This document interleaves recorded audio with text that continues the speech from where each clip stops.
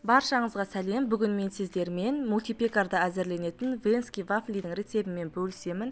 Бұл рецептпен жасалған вафли өте дәмді, жүп-жұмсақ болып шығады. Осы рецептпен әзірлеп көріңіздер.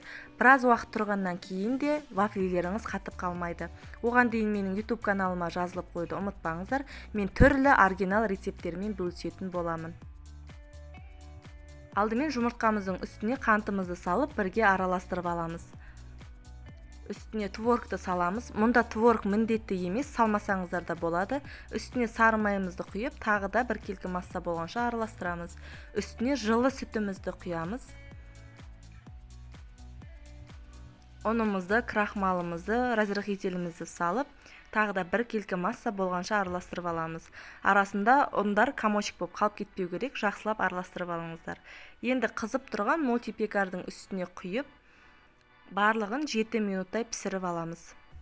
Осылай барлығын кезекпен пісіріп шығамыз. Біздің вафлиіміз дайын, жүп-жұмсақ, керемет вафли болып шығады. Баршаңызға ас болсын.